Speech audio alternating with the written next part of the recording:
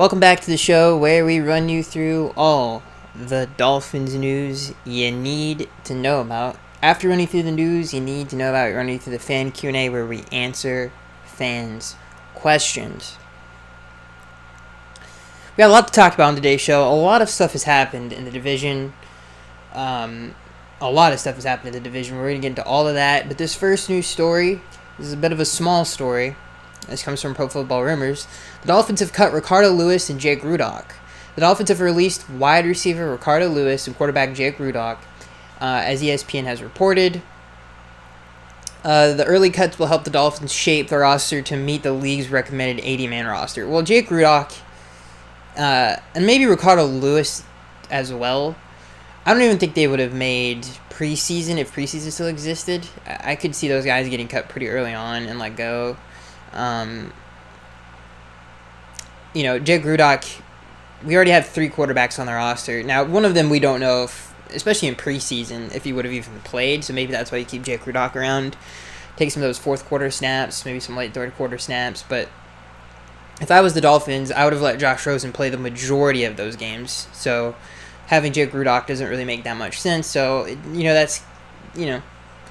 think we have one of the better quarterback depth rosters in terms of the depth of the quarterback position in the entire NFL. So it would have been made, obviously, I don't think he was making the roster anyway, and then obviously Ricardo Lewis, you got like people like Gary Jennings, there's like so many receivers that are even on the bubble, and Ricardo Lewis wasn't even in that category, so that's another really deep spot on the team. It would have been hard for him to make the team regardless, so it shouldn't be a big surprise to any Dolphins fans that this has happened. Now let's see if we can get some more smaller news. I do want to get into this because I think it's very interesting. So this comes from Pro Football Rumors. These are 15, not 15. These are the players that landed on the COVID-19 list that I guess have tested positive or may have come into contact with someone that has COVID. They get put on this, it's like, PUP or something like that. The 3 Dolphins that made this list are Blake Ferguson, Cordrea Tankersley, and a defensive tackle that I can't remember right now. But, all 3 of those players made that list, which is interesting. Blake Ferguson, obviously, we just picked. It's going to be interesting to see how that... I don't know if John Denny's on another team or what happened with him. I don't think he's still on the Dolphins. I'm pretty sure he's not. Unless we've made a move recently. And I actually forgot to put this on the thing, but this is also very interesting. This next news story comes from Bleacher Report, and it's about Xavier Howard. And this is a really interesting story. Dolphins cornerback Xavier Howard has had knee surgery 8 months ago. His rehab continues. The Dolphins placed Howard on physically unable to perform list Tuesday, the team announced. Miami has also placed linebacker Calvin Munson on the active non-football injury list. Howard, only 5 games in 2019, seeing his... he only played 5 games. Xavier Howard is 27, obviously was a Pro Bowler in 2018. But he can come back even in off-season workouts. This report doesn't say that for some reason, but from things that I've read on Twitter or the Bleacher Report thing and stuff of that nature, he can come back before the season. So he can even come back in like preseason or training camp or something like that. He just he's gonna miss some time, but he can come back for week 1. It sucks that we had to do this. I think it's a lot of it's just cautionary, and a lot of players made this list. It's just a weird, kind of an unfortunate thing. I would have liked those 2 to be, no complications, ready to go for week 1, nothing to worry about. I mean, we went through the suspension with X, now that we're going through this rehab thing with him. He hasn't been healthy in like a long time, very long time, over a season now. And it's, kind of petering into this season. But I just want those 2 to be healthy for week 1. However it happens, I don't care. To have Xavier Howard and Byron Jones in the scheme that we play is It just needs to happen. I need to see it. It's going to be really fun to watch. So one of the best, if not the best, cornerback tandem in the NFL. And hopefully we'll get to see that week 1. That's basically what I'm saying here. And like I said, he can come back before the season even starts. So this isn't like the worst news in the world. It's just kind of like, oh man, I hope this doesn't continue to happen with him because he's such a talented player. And it's like this report says, he's only 27 years old. His interception, he's 12 career interceptions, and he hasn't even really been healthy for those years, especially some of those years that he was at his best. Just a very special player, and hopefully we can have him ready to go week 1 with Byron Jones, who's also another special player. All right, so moving on from that, let's get into some other Dolphins news that I find is very exciting. This comes from Pro Football Rumors. The Dolphins announced trade for Bears Adam Shaheen. This is a very interesting trade. The Dolphins have officially acquired tight end Adam Shaheen from the Bears. In exchange, Miami will send a conditional 2021 7th-round pick to Chicago. The Bears had a major logjam at tight end, and they were at a breaking point with roster cuts. So just around the corner, rather than releasing him outright, Chicago managed to get something for him in return. Shaheen hasn't played up to his 2017 expectations, thanks to in part to injuries over the last 3 years. All in all, he has 26 catches for 249 yards and 4 touchdowns in 27 games. Out of a possible 48, so he's missed over half of his games, I guess. For the Dolphins, it's effectively a no-risk pickup. If Shaheen doesn't make the final cut in Miami, they won't have to send the 7th-round pick to Chicago, so that's interesting. So if he doesn't make the cut, we don't even have to give up anything for him. So yeah, and this adds to the roster that includes Mike Gesicki, Michael Roberts, who I think we just let go, and Durham Smythe. So what this does for me, I mean, we could talk about what he brings to the table. In college, at least, obviously he played at a small school. He was a 2nd-round pick. He was actually drafted as a receiving tight end. Now, when he got into the NFL, he was used as a blocking tight end. He's 6'7". He's very big. He's a good blocker. He was there in the days where all the Bears could do was run, and had a pretty good running attack. And he was, good in that role, but he wasn't drafted. You don't draft a blocking tight end in the 2nd round. You just don't. My point is, the reason they drafted him originally was to catch the football. And he showed, again, it was a small school, so maybe it was just a bit of an over-projection. But when he got to the NFL, obviously he didn't turn into that. But the point is he started as a receiving tight end. This dude's 6'7". He can run a little bit. He's got a really good catch radius. From some of the things that I've watched, if you get him in a 1-on-1 matchup, it could be a huge issue for the defense. I think for him, his ceiling, as of right now he could break this, but I'm just hoping for Anthony Fasano really out of this guy, a bigger Anthony Fasano who can just really contribute to the play action game, get us some things over the middle, block really well, and just be a good average tight end. That's really all I'm hoping for from him. At the very least, he can give us, because what he brings to the table that Durham Smythe doesn't. And not only does he bring depth to this team, which is greatly needed at that position, but he's a blocking tight end who has great matchup ability. And that's something that Durham Smythe really doesn't have. He doesn't have those physical gifts that Adam Shaheen has. So I actually think this is a great trade for us. I think he definitely is going to make the roster. Now, a lot of people have brought up the fact that, when are we ever going to really be in some of those sets? Because Chan Gailey runs a very, his personnel, there's a lot of receivers on the field. You're really never you're never in the I form, some under the center stuff. It's like a Tony Soprano type of a offense.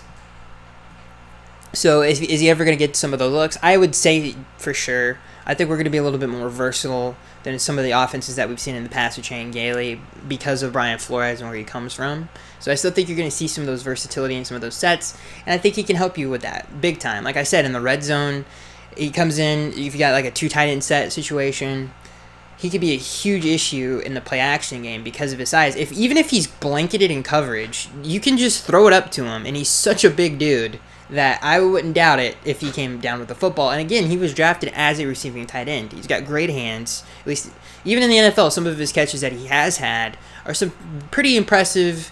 the guy's all over him. He's just bigger and stronger than the guy, and he catches the football. So, like I said, I think if you're a defensive coordinator and you see him on the field, I think it's just another thing you have to worry about because of his size. And I think this is a great pickup for the Dolphins. Adds great depth and some matchup issues for the other team. So I'm really happy with this trade.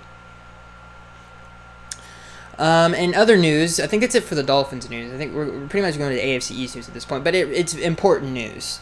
So let's get to this one first because it's not as interesting. It's interesting, but it's not as interesting. This comes from ESPN. 6 Patriots have opted out for the 2020 season. Now, if you're not familiar with this, a lot of players have opted out of playing in 2020 due to the virus and health and safety and such, stuff like that.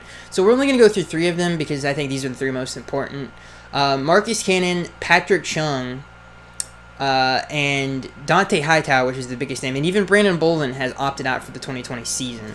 So this is pretty big loss for the Patriots. Pretty big loss for the Patriots. First of all, Dante Hightower, other than Stephon Gilmore, is their best defensive player, and he has been for a long time. He's so good in the run game. He's so good at pass rushing. He's not great in coverage, but he is a very, very good, versatile defensive front player it's a huge loss for them. I mean, he plugged a lot of holes for them for a long time. He's very underrated. He kind of reminds me a little bit of Jamal Adams in terms of the things that he just disrupts the line of scrimmage so much. And reminds me of when Sheldon Richardson and Muhammad Wilkerson were on the Jets and they were actually good. It was very hard to run on that team. They were very big, strong, and it was very hard to run on them. And anytime you run against the Patriots, with Lawrence Guy and Dante Hightower, and in the past Danny Shelton, and this in recent years, it's always been very difficult to do that because of some of those guys, and he was the best at it. And he always made 1 or 2 plays a game that would change some of those games for those teams. So, not to mention they lose Patrick Chung and one of their best offensive linemen. So it's very interesting. The Patriots have taken a lot of losses this offseason, and it continues for them. I think this definitely makes them weaker. Now, whether they replace him with Clowney or some of those players, because they're, Clay Matthews is still out there. We'll see what they do to replace him. But, Dante Hightower is very similar to Clowney, except he can play middle linebacker, unlike Clowney. He's very similar. And you can make an argument that they're pretty much the same productive types of players. They do the same things well. You can even make an argument that Hightower, if you play him at defensive end, could be a better pass rusher than Clowney. I'm not even joking around. They're very similar players. Almost clones of each other. And what they do very well. So it's going to be interesting to see how they replace it, if they just roll with it. But I have seen some rumors that they might go after Matthews or Clowney. We'll see what happens with that. But interesting news story. And again, that came from, I don't know if I said this, comes from ESPN. So yeah, it was to the 3 of the bigger names: Hightower, Cannon, and who else was it? Patrick Chung. Huge losses for the Patriots there, and it just makes the AFC East a little bit easier to win. So interesting stuff there. Hopefully none of and again, bigger picture here with all these players opting out for the 2020 season. Byron Jones has been very vocal about some of this stuff. So I don't know if this is a contract thing that you are allowed to do this, where I'm not playing for the 2020 season. Maybe that had something to do with some of their contracts. I'm not sure about that. Someone's gonna have to let me know. So maybe Byron can't do it. I'm not I'm not positive on that. But if he is allowed to do it, that's with X on PUP, and then you got Byron Jones, who has been very outspoken about some of this stuff. It kind of worries me a little bit. So we'll see where this goes. But again, the Patriots took a big hit today with some of those players opting out. This next news story comes from CBS Sports. Jamal Adams has been traded to the Seahawks for 2 first-round picks, I believe a 4th-round pick. I don't think it's on here, and Bradley McDougall. So here it is right here. So the Seahawks get Jamal Adams. They send the Jets 2 first-rounders, a 4th-rounder, and Bradley. I think is it I thought it was McDougall, but maybe it's not. Someone's gotta let me know down in the comment section below. Anyway, long time Seahawks safety, right, for the last few years. Yeah, so I think it is a 4th round pick. But anyway, I guess it doesn't really matter. The 4th round pick doesn't matter. It's not showing it up here. But anyway, the point is that the Patriots, the Seahawks traded 2 first rounders for Jamal Adams. Listen, I'm over the moon. Okay, when I heard this news, I was so very happy about this. Because not only does this make the Jets the worst team in the NFL, but now people can't sit here and tell me that the Jets are the second best team in the AFC East. Thank God. Okay, because I was sick and tired of hearing it. They weren't with Jamal Adams. You guys know how I feel about that. I've said this many times. The Jets sucked with Jamal Adams. They're going to suck without him, and now they're even worse. Dude, the only thing that was stopping anybody was Jamal Adams on that defense, and maybe Leonard Williams on occasion. And Avery Williamson was okay, but other than that, this is pretty... I mean, their corners are bad. Their safeties are average to below average. They get an average safety at best in Seattle. He was such a good safety that the Seahawks, I think, were bottom, 25th through 30 on passing yard or pass defense ranking. So it's not like they're getting a good player. And also one of the things that I noticed about this trade, it has Adam Gase's fingerprints all over it. Like the Bradley God, if I'm saying his name wrong. I apologize. McDougal, whatever his name is, the safety for the Seahawks.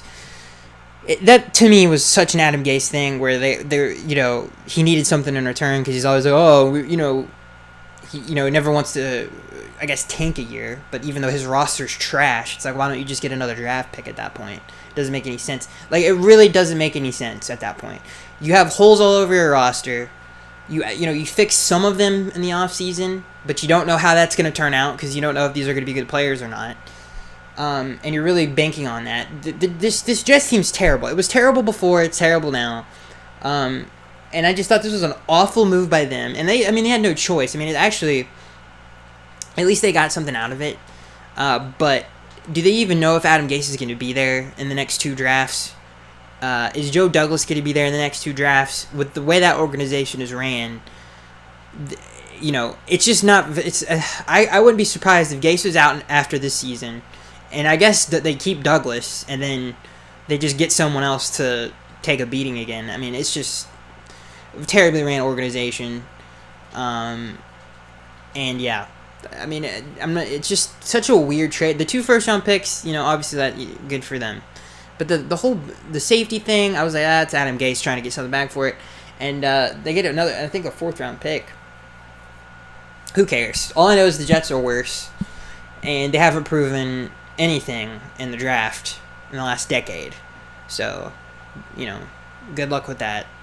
And, I think this just makes them even that much worse. And it clears up the AFC East big time. And just made me really happy. I was like, thank you. Thank you for that. And again, I've talked about, I think we made like 2 topics on this in previous podcasts. But I just wanted him out of the division. So I'm glad that he's gone. I'm sure it makes us all happy. Because now clearly, it's amazing that now, I don't know if what national media is saying about how good the Jets are now. But if they're all like, yeah, now they're the worst team, it's like, just because Jamal Adams is gone, like, he is a safety and he's a dang good one, but he's not he doesn't play the other 10 positions on the field. They don't have a pass. Don't even get me started on the Jets. I don't even want to talk about them anymore. The point is they got worse, and that's a good thing for the Dolphins. So let's move on, I think, to the fan Q&A, where we will answer fans' questions. Yeah, so a lot of crazy news in the AFC East. We got some good tight end depth, which I'm excited about. I'm excited to see how he does in training camp. And again, I thought it was overall just a very nice trade for the Dolphins, and they don't have to give up much. It's a very New England Patriots trade. A guy with a lot of upside, has had some injuries, never really got his career going. Hopefully, he can do that in Miami, and we can get him going. All right, so let's get into the fan Q&A where we answer fans' questions. This first question comes from Chip. He says, "Hey Skaggs, I think that we are 2 years away from being a playoff team. Another good draft in a year to gel. What are your thoughts on this?" Well, if it takes us 2 years to make the playoffs, then people are going to get fired. It should not take 2 years. To be honest with you, if you want to say that, this should be the gel year. Next year, the Dolphins should make the playoffs, and if they don't, then things aren't going well. it doesn't take that long in the NFL.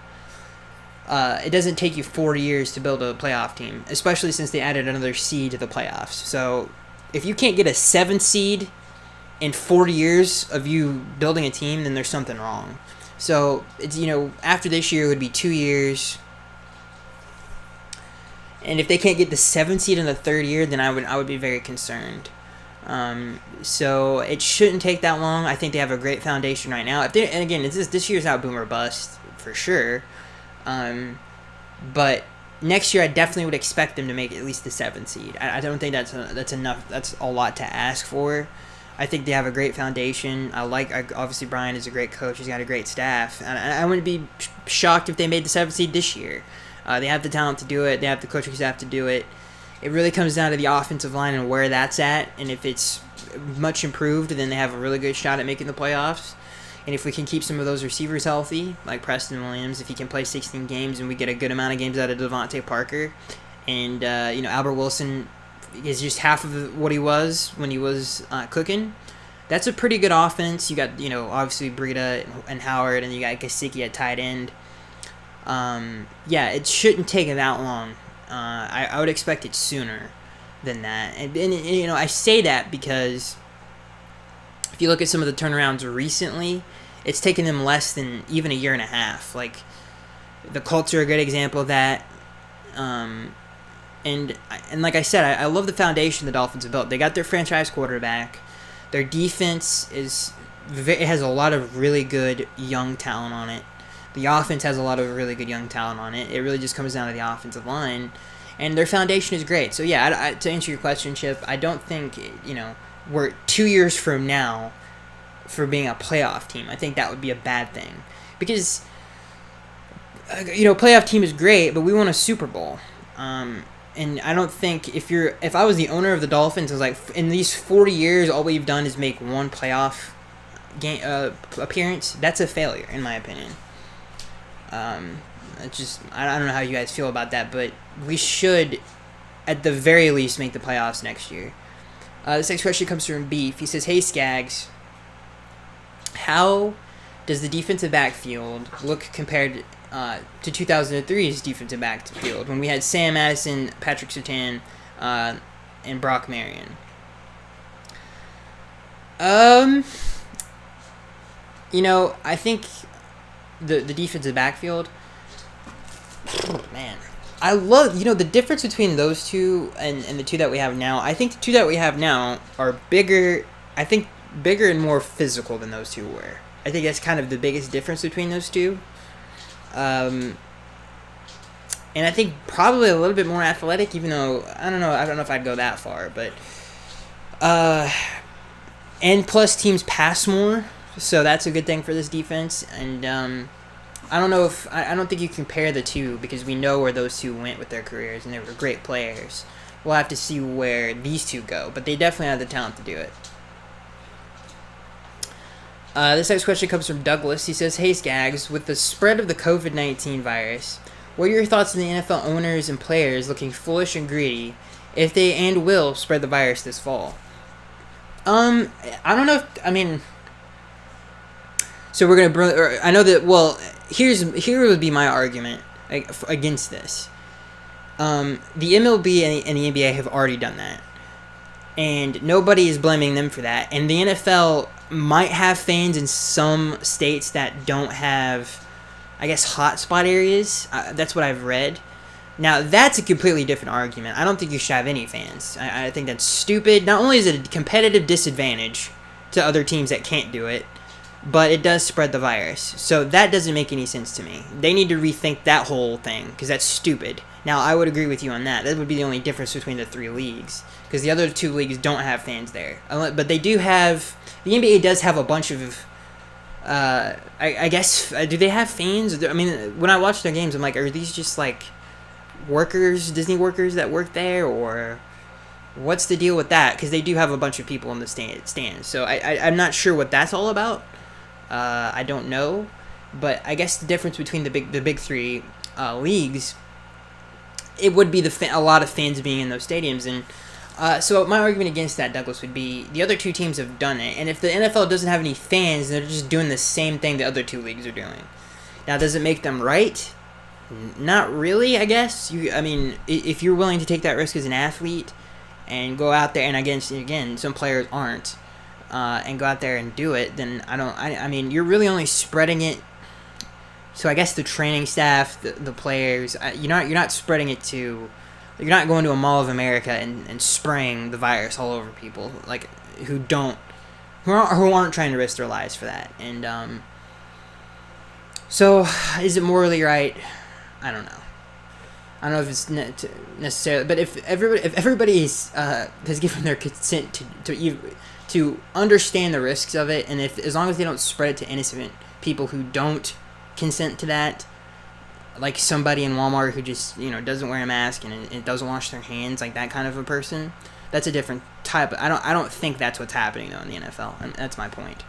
But if they do have fans there, that's stupid. That's really stupid. And if you're a fan that goes to that stadium, then maybe you should, use some type of self-awareness in that situation and say, you know what, this is kind of stupid. I don't know what really to think about that. I don't think the NFL is. I don't think we live in this sports media world where the NBA is like an angel, and it's like, oh, they do everything. They do it for the same reasons the other leagues do it, for money. I don't understand. I mean, in terms of the moral high ground in that situation, they're all doing it for money. So it's at that point, it's like, what the heck does it matter? And they're still playing despite the virus and stuff. And they still do have people in the stands, whether they're workers or not. Like, it's like they're all doing the same thing. So I just hate when people are like, oh, the NBA is the sweet little angel of the leagues. It's like they're doing it for the same reasons. And they still, like I said, they still found a way to play. Now, whether it's safe or not, that's a whole different argument. But they are still doing it for the same reasons. That's all I wanted to say about that. This next question comes from Josh. He says, Skaggs, which player or players do you expect to really make a name for themselves this season for the Miami Dolphins? He says, by the way, I never stop making these videos. I really appreciate that, Josh. Really make a name for themselves.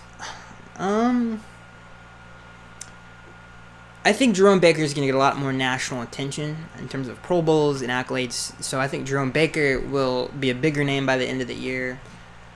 Preston Williams is a good one. Who's another good one?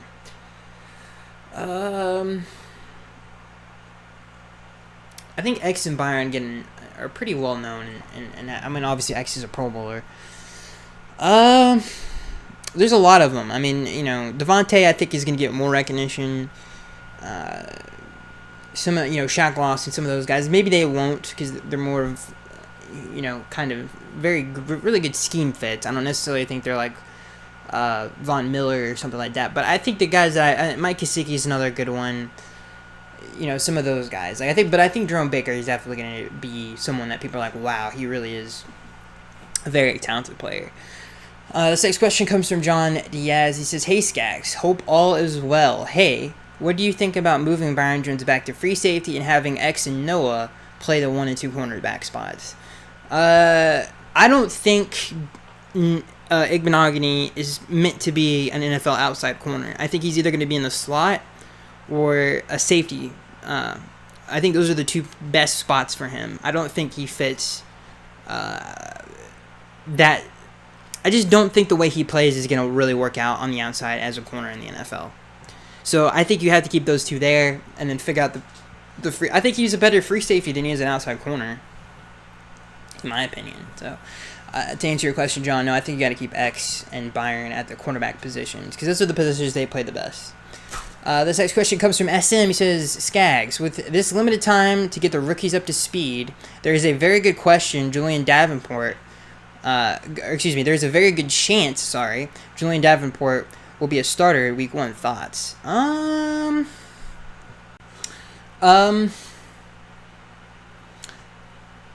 trying to think of alternatives to that, but